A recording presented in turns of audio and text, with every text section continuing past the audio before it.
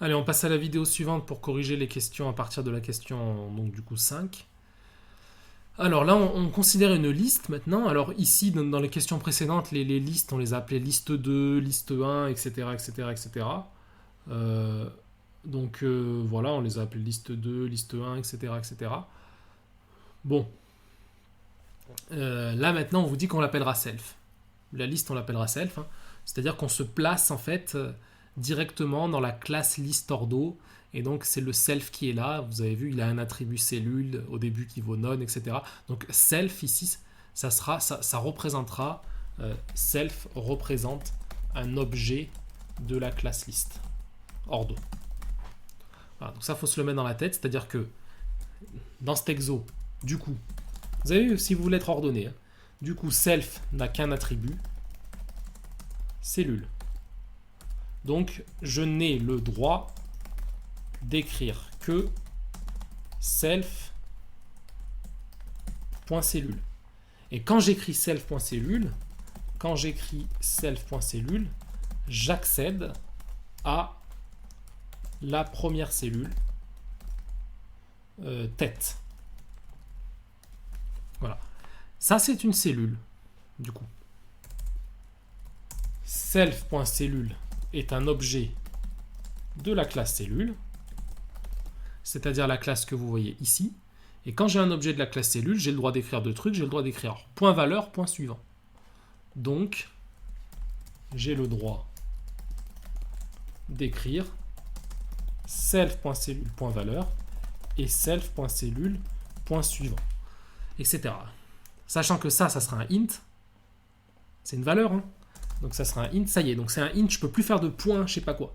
C'est fini. Par contre, ça c'est une cellule.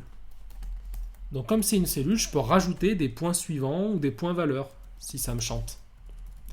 Etc. Voilà. Ça c'est des choses où il faut être carré, voilà, il faut être bien rigoureux. Alors on suppose maintenant que la liste self n'est pas vide.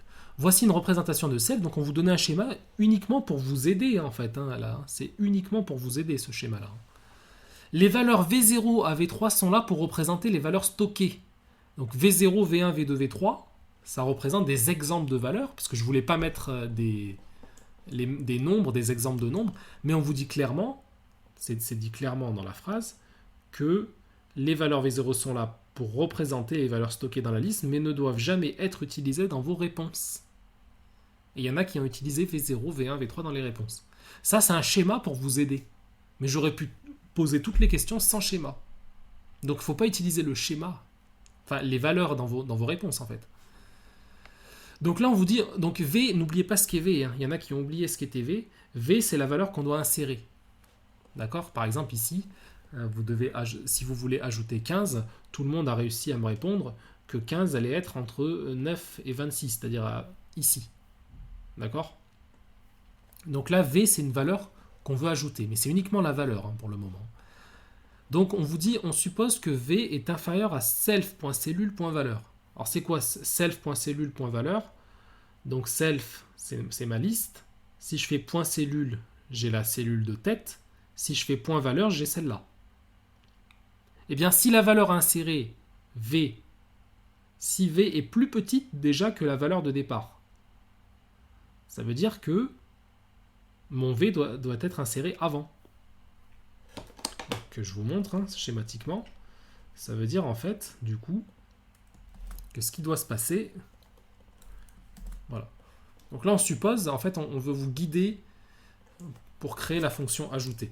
Donc si si V est inférieur à self.cellule.valeur, vous devez comprendre que self, c'est ça. Ça, c'est self. Donc du coup, le self.cellule, ça va représenter toute cette cellule-là. Et du coup, le self.cellule.valeur, ça va représenter celle-ci. Voilà. Donc si la valeur que je dois insérer, elle est plus petite, ça veut dire par exemple, si là je suis à 5, imaginez que votre V il est plus petit que 5, il est à 3. Ben, ça veut dire que ça y est, j'ai trouvé l'endroit où il fallait insérer. Donc ça veut dire que pour insérer, il faut que je crée une cellule ici.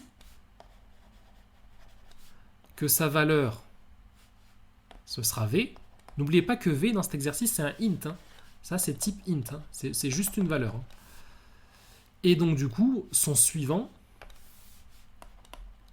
il faut que je le change. C'est-à-dire qu'il faut que je crée un suivant qui aille là.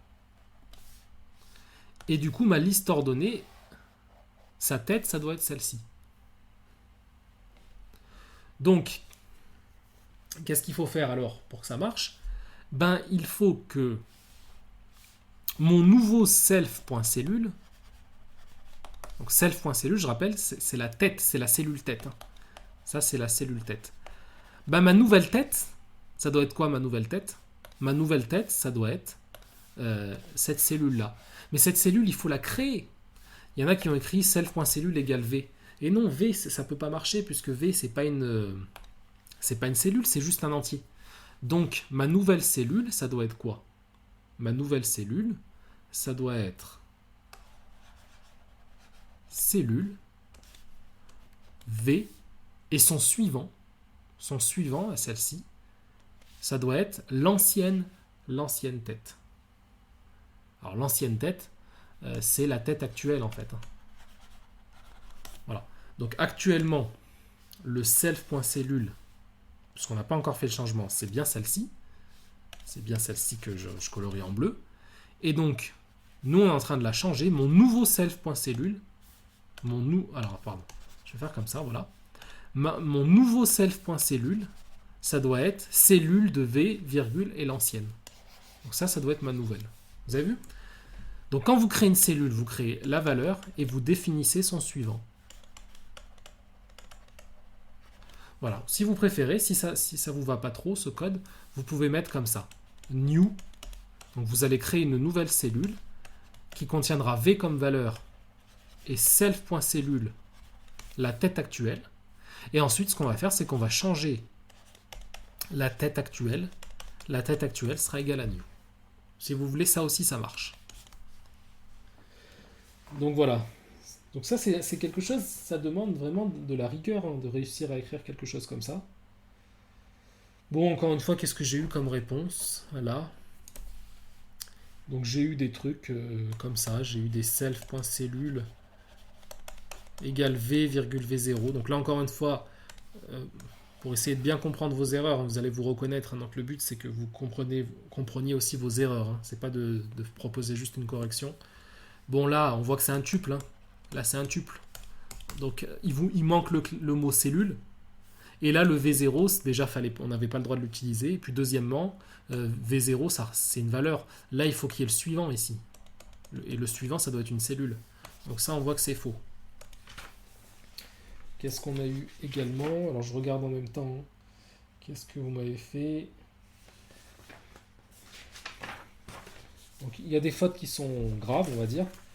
Et il y en a qui sont un peu moins graves. Hein. Donc bon, après, il y a beaucoup d'absence de réponse aussi. Hein.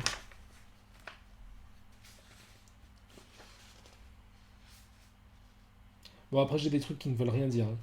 Il y a des trucs, vous m'inventez des variables, des choses comme ça. Bon, après, voilà.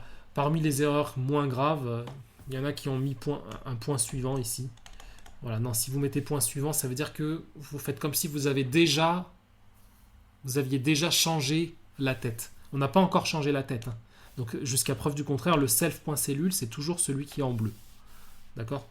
Si vous mettez point suivant, ça veut dire que vous prenez le suivant du bleu, c'est-à-dire celui-là. Allez, donc ça, c'était pour la question 5.